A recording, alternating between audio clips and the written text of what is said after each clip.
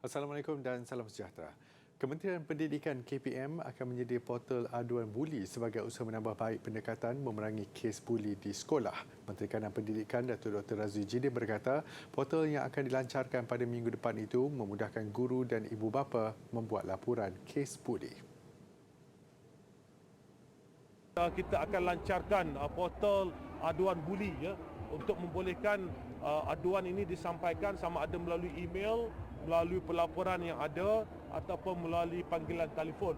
Jadi kalau ada emergency berkaitan dengan buli ini, mesej yang nak disampaikan secara confidential, ada platform yang jelas untuk mereka sampaikan. Perkara itu diulas selepas menghadiri showcase transformasi pendidikan di Putrajaya. Katanya selain itu KPM telah menubuhkan sebuah jawatankuasa khas sebagai usaha meminimumkan insiden buli di sekolah. Ini akan disusuli dengan pelancaran program Sekolahku Sejahtera, Sepakat dan Selamat dengan kerjasama polis di Raja Malaysia dan Kementerian Dalam Negeri. Program dan kerjasama itu bertujuan mewujudkan persekitaran selamat di sekolah.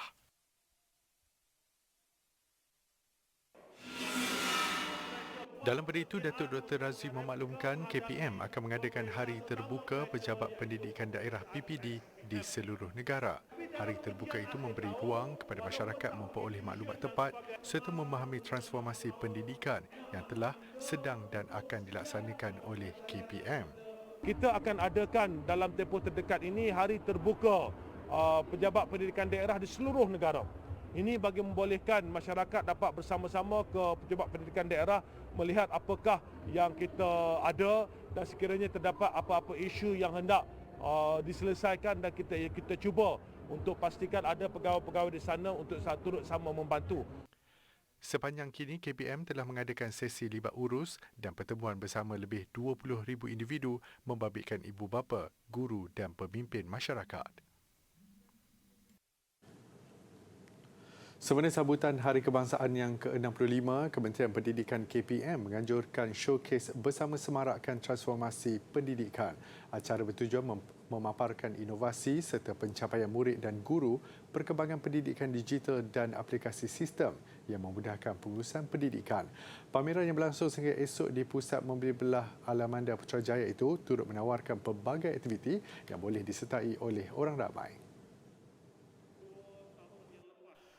Menteri Kanan Pendidikan Datuk Dr. Razwi Jidin berkata pameran itu adalah usaha kolaboratif semua bahagian di KPM untuk mempromosikan kepada masyarakat inisiatif yang telah, sedang dan akan dilaksanakan oleh kementerian.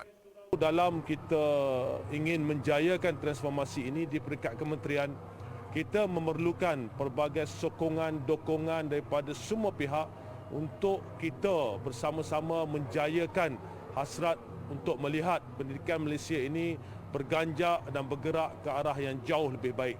Sebab itu pada hari ini kita adakan sejak semalam showcase transformasi pendidikan ini untuk kita turun ke bawah dan bersama-sama dengan masyarakat untuk membolehkan mereka lihat sendiri apa yang kita sedang laksanakan dan sekiranya terdapat apa-apa maklumat yang diperlukan maka mereka boleh berhubung terus dengan pegawai-pegawai yang ada.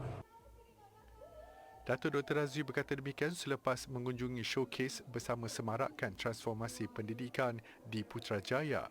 Melalui pameran terbabit, guru turut berpeluang berkongsi inovasi yang telah dilakukan bersama-sama ibu bapa dan penjaga mereka. Acara yang berlangsung selama 3 hari yang bermula semalam itu mengetengahkan pelbagai aktiviti. Pengunjung turut berpeluang melihat lebih dekat aplikasi sistem yang memudahkan pengurusan dalam pendidikan yang merangkumi 4 segmen iaitu prasekolah, sekolah rendah, sekolah menengah dan lepasan menengah serta perkhidmatan pendidikan. Sementara itu, seramai 1,000 murid sekolah rendah daripada keluarga berpendapatan rendah B40 di seluruh negara akan dipilih menyertai program pendidikan di luar bilik darjah Explorer Rangers Anjuran Taman Tema Sunway. Menteri Kanan Pendidikan Datuk Dr. Razwi Jidin berkata, program itu membolehkan murid mempelajari mengenai alam sekitar, haiwan dan kemahiran lain selaras 17 Matlamat Pembangunan Mampan SDG Pertubuhan Bangsa-Bangsa Bersatu PBB. Ini merupakan salah satu program yang kita laksanakan di bawah flagship program kita Sekolahku Sejahtera Cinta Alam. Program ini dilaksanakan untuk tempoh 52 minggu ya, dengan pelbagai pendekatan yang digunakan di sepanjang tempoh tersebut. Beliau berkata demikian pada sesi sidang media selepas majlis pelancaran program Explorer Rangers di Petaling Jaya, Selangor siang tadi. Program khusus untuk kanak-kanak berusia 5 hingga 12 tahun itu adalah kesinambungan program Junior Rangers yang dilaksanakan pada 2009. Datuk Dr. Razik turut mengalu-alukan kerjasama semua pihak termasuk syarikat dan organisasi korporat demi menjayakan transformasi pendidikan negara, terutama di bawah konsep Sekolahku Sejahtera. Bangunan Asrama Sekolah Menengah Agama Al-Ihya Al-Karim, Tanjung Bidara, Melaka yang rosak akibat ribut Rabu lalu dijangka dapat diperbaiki sepenuhnya dalam tempoh sebulan.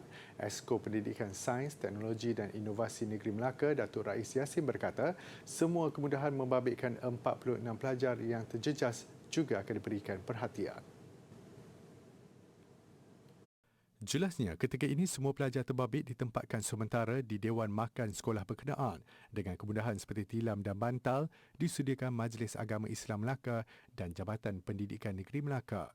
Pihak Majlis Agama Islam juga telah menghantar peralatan yang perlu seperti toto dan sebagainya.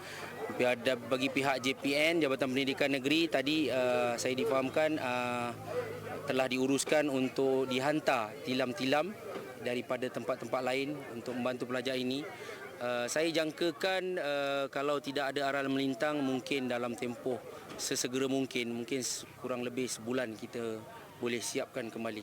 Beliau ditemui selepas menghadiri majlis menutup kejohanan bola sepak Majlis Sukan Sekolah-Sekolah Melaka MSSM di Padang Wisma Persatuan Bola Sepak Melaka United, Musa di Krubong semalam. Susulan kejadian itu, Jabatan Pendidikan Negeri mengambil langkah segera dengan melantik kontraktor bagi membaik pulih kerosakan di sekolah berkenaan. Ribut pada jam 9.40 pagi itu turut mengakibatkan 58 kediaman penduduk di kawasan itu terjejas. Raja Pemaisuri Agong Tunku Azizah Aminah Maimunah Iskandariah berkenan berangkat ke Majlis Convocation Universiti Islam Antarabangsa Malaysia UIAM ke-37 di Gombak, Selangor. Seramai 6,638 graduan menerima scroll masing-masing. Saya ingin mengucapkan tahniah kepada semua graduan-graduan yang mendapat PhD Awards hari ini. Saya berdoa semoga anda semua terus berkhidmat untuk memajukan negara kita yang tercinta ini dan semoga Allah merahmati anda semua.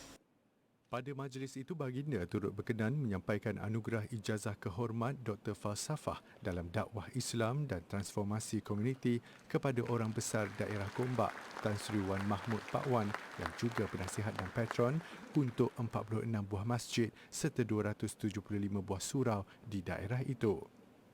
Sementara itu, anugerah ijazah kehormat Dr. Falsafah dalam dialog ketamadunan disampaikan kepada aktivis Islam Allahyarham Dr. Robert Dixon Crane atau nama Islamnya Farouk Abdul Al-Haq yang diwakili oleh anaknya John Crane. Convocation UIAM ke-37 dijadualkan berlangsung selama 6 hari dengan 12 sidang bermula hari ini sehingga Khamis depan.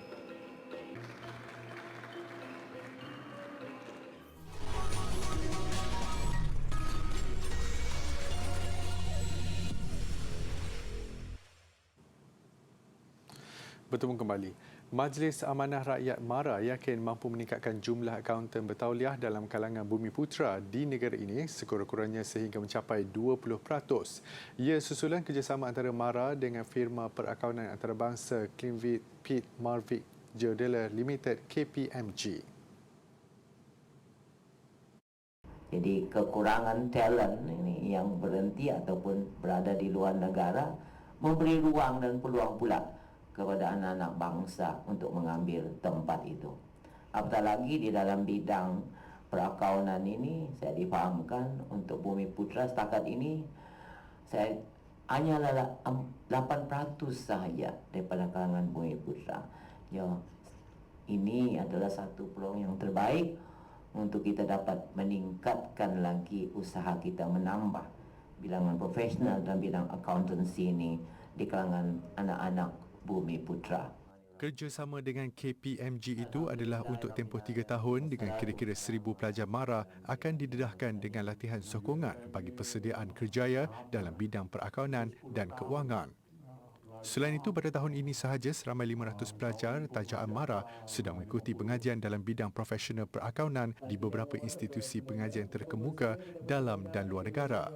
MARA semalam menandatangani memorandum persefahaman MOU dengan KPMG Malaysia. Pada majlis itu, MARA turut memperbaharui MOU dengan Universiti Sains Malaysia USM untuk tempoh 5 tahun lagi. Ia bermatlamat melahirkan lebih ramai tenaga pakar khususnya dalam bidang sains dan perubatan. Tambah Datuk Azizah lagi, jumlah akauntan bertauliah di Malaysia ketika ini agak kritikal pada 36,365 orang dengan hanya 8% iaitu 2,910 orang dalam kalangan Bumiputera. KPMG memang berminat untuk memberi peluang kepada bakat-bakat ini supaya dapat bekerja bukan saja di KPMG Malaysia tetapi di merata-rata dunia di bawah cawangan KPMG. Setakat ini kita berada daripada lebih daripada 140 negeri KPMG ada cawangan dan pada masa ini lebih kurang 60 daripada KPMG Malaysia telah bekerja di bawah common program di negara-negara Europe. So peluang pekerjaan dari segi bagaimana kita nak tolong pekerja Malaysia. Meskipun ada yang masih memandang mudah ke atas kerjaya dalam bidang sukan dan kecergasan, manfaat daripadanya agak tinggi. Ini termasuk dari segi potensinya untuk berkembang dan yang paling penting keadaan kesihatan penggiatnya. Segmen Kerjaya minggu ini mengupas lebih lanjut mengenai cabang kerjaya dalam bidang sukan dan kecergasan. Menurut seorang alumni Universiti Teknologi MARA UiTM Perlis, khusus sains sukan, Nur Azlan Ahmad, minatnya dalam bidang sukan dan kecergasan sejak di bangku sekolah menjadi pendorong utama untuk beliau bekerja sebagai jurulatih peribadi. Pengalaman selama 5 tahun secara tidak langsung membantunya membiasakan diri terutama apabila jadual kerjanya bergantung kepada masa seseorang pelanggan atau ahli gym itu sendiri. Cabaran personal trainer ni dia kena be on time. Even kalau dah luar daripada shift pun kita mesti kena ikut klien punya jadual. So cabaran dia tak banyak sangat kalau memang suka passionate dalam bahagian ni lah. So even cabaran macam mana pun dia tak rasa macam cabaran, dia rasa macam excitement. Dia macam nak lagi, kena buat lagi. And then kena faham condition klien tu, dia nak apa, dia nak lose weight ke ataupun dia nak rehabilitation. So kita kena ada knowledge pasal tu dulu sebelum kita akan train. So make sure kalau rasa knowledge berkurang, kita akan tambahkan lagi dengan banyakkan reading. Tapi reading saja tak cukup, kena praktis sekali. Tambahnya, meskipun minat adalah kunci utama kepada kerjaya ini, aspek lain seperti pengetahuan dalam bidang kecergasan dan anatomi badan juga perlu dititik beratkan. Justru Nur Azlan menasihati pelajar untuk lengkapkan dan tingkatkan ilmu terlebih dahulu sebelum menjurus ke alam pekerjaan, terutama dalam bidang itu. Antara kursus yang boleh mereka ikuti ialah sains sukan dan beberapa kursus kemahiran daripada peneraju industri sukan dan kecergasan seperti Akademi Perubatan Sukan Kebangsaan NASM. Selain jurulatih peribadi, bidang ini turut mempunyai cabang kerjaya lain seperti perunding keahlian dan kecergasan. Bagi R. Daniel yang juga merupakan pengurus besar di pusat itu, permulaan kerjayanya adalah sebagai seorang pegawai khidmat pelanggan. I look for many jobs and could not get the right job based on my education, qualification. So I started as a customer service in this industry and today I was as a pengurus for this brand. We have a career progression and from customer service promoted as a sales consultant, from sales consultant to be a sales team leader, from sales team leader to sales and service manager. From there, next journey is a GMP. So we call it a General Manager Trainee. Dalam pada itu, sepanjang 7 tahun dalam bidang ini, pelbagai kemahiran dipelajarinya termasuk kepintahan bercakap. Daripada seorang yang agak segan dan pemalu, dia berubah menjadi seorang yang berkeyakinan tinggi dan pandai mendekati orang di sekelilingnya. Daniel juga berpendapat bidang sukan dan kecergasan memerlukan lebih ramai perintis dan pelajar tidak perlu risau kerana keraduan baharu dialu-alukan untuk memulakan kerjaya mereka.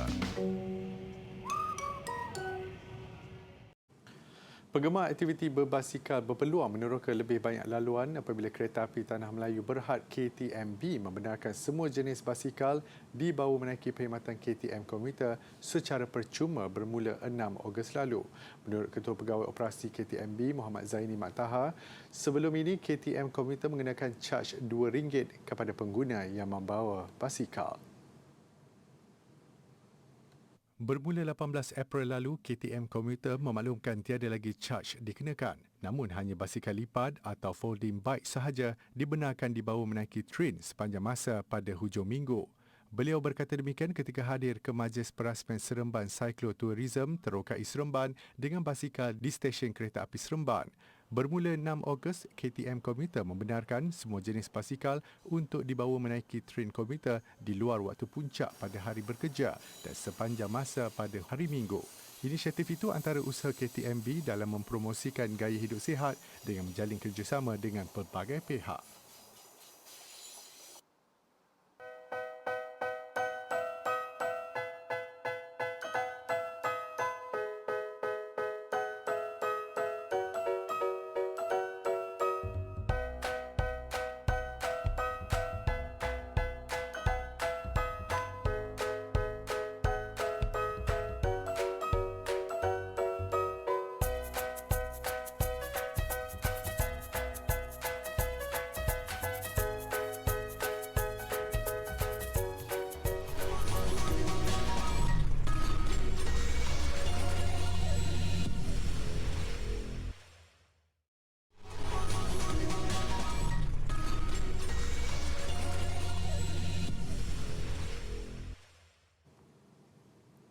Rangka manusia berusia lebih 5,000 tahun yang kemudiannya dikenali sebagai Penang Women memiliki raut wajah yang agak cantik sebab proses lakaran berdasarkan tengkoraknya siap. Kajian mendapati pemilik rangka itu dianggarkan mati ketika dia berusia anggaran 30 hingga 35 tahun dengan ketinggian kira-kira 150 cm atau hampir 5 kaki. Lakaran wajah Penang Women itu dibuat menerusi kaedah Forensic Facial Approximation FFA oleh sekumpulan penyelidik dari Universiti Sains Malaysia USM dan pakar reka bentuk 3D dari Brazil Cicero Moraes. Penang Women ditemukan ketika kajian penyelidikan di Guar Kepah Kepala Batas Pulau Pinang. Artikel jurnal mengenai wajah rangka manusia itu diterbitkan pada 5 Ogos lalu dengan kumpulan sama sebelum ini berjaya menghasilkan lakaran wajah Perak Man menggunakan kaedah 3D pembinaan semula secara maya tahun lalu. Seorang penyelidik USM yang juga penulis koresponden bagi jurnal itu, Syaiful Izzuan Sahidan berkata, jurnal dan kajian penyelidikan itu dijalankan oleh 7 penyelidik USM yang diketuai oleh Dr. Johari Yam iaitu pensyarah radiologi oral dan maxillofacial di Pusat Pengajian Sains Pergigian USM. Tambahnya lagi, ujian pada tisu rangka turut menyimpulkan individu ini banyak mengambil protein daripada makanan laut atau sungai. Menurut Syaiful Izzuan, pihaknya mengambil masa 3 hingga 4 bulan untuk mendapatkan hasil wajah Penang Women melalui beberapa proses, antaranya impasan tomografi berkomputer atau CT scan di Hospital USM di Kubang, Krian, Kelantan. Berdasarkan wajah Penang Women itu, pihaknya mendapati dia adalah daripada kelompok atau ras campuran Australomelansoid atau tipikal orang asli dan Mongoloid. Pendedahan rupa bentuk wajah Penang Women itu adalah antara petunjuk penting yang menunjukkan lebih 5,000 tahun lalu berlaku percampuran dua kelompok ras pada ketika itu yang tinggal di kawasan Guar Kepah. Pihaknya berharap 41 lagi rangka yang ditemukan di Guar Kepah dan dibawa ke Belanda dapat dibawa pulang oleh kerajaan negeri ke Pulau Pinang bagi tujuan penyelidikan. Seorang penyelidik USM yang juga forehand net, yang pertama adalah cara pegangan untuk forehand net. Yang pertama forehand grip. Okey, kedudukan kaki adalah kaki kanan di hadapan dan raket di atas. Kita sentuh tolak saja untuk lepaskan shuttle ke bahagian sebelah court.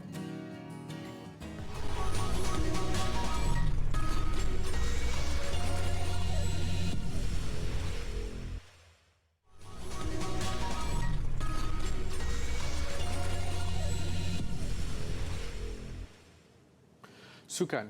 Berita baik buat sukan pemotoran negara.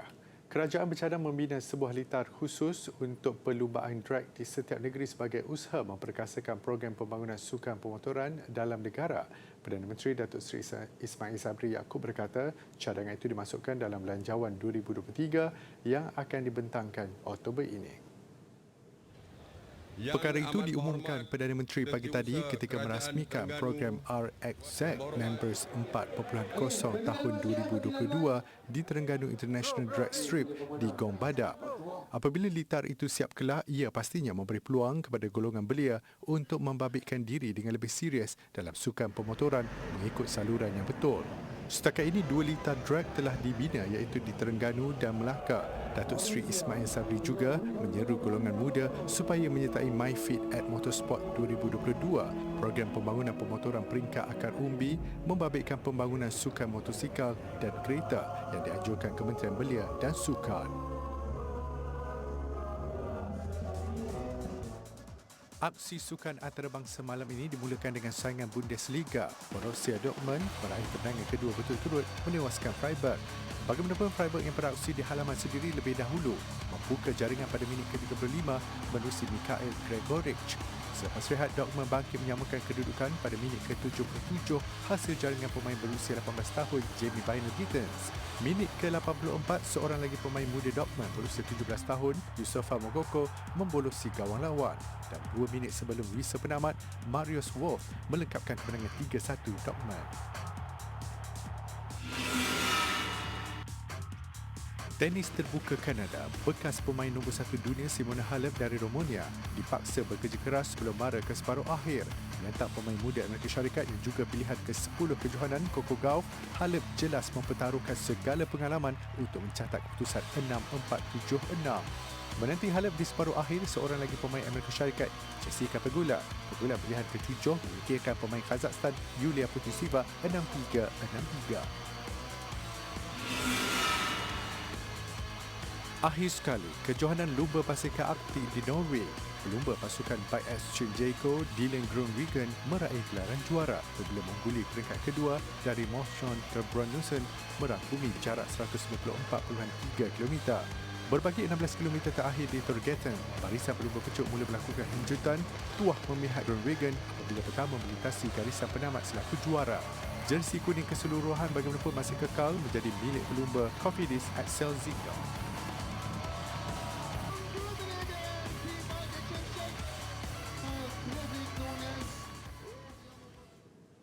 Mengakhiri buletin didik, saksikan hamparan bunga berbentuk permaidani di Brussels, Belgium bersempena ulang tahun penganjurannya yang ke-50. Berikutan suhu panas ketika ini, bunga-bunga yang dipilih juga dipastikan tahan lasak dan tahan panas. Saya Tarusydi Muhammad Azri, salam hormat dan Assalamualaikum.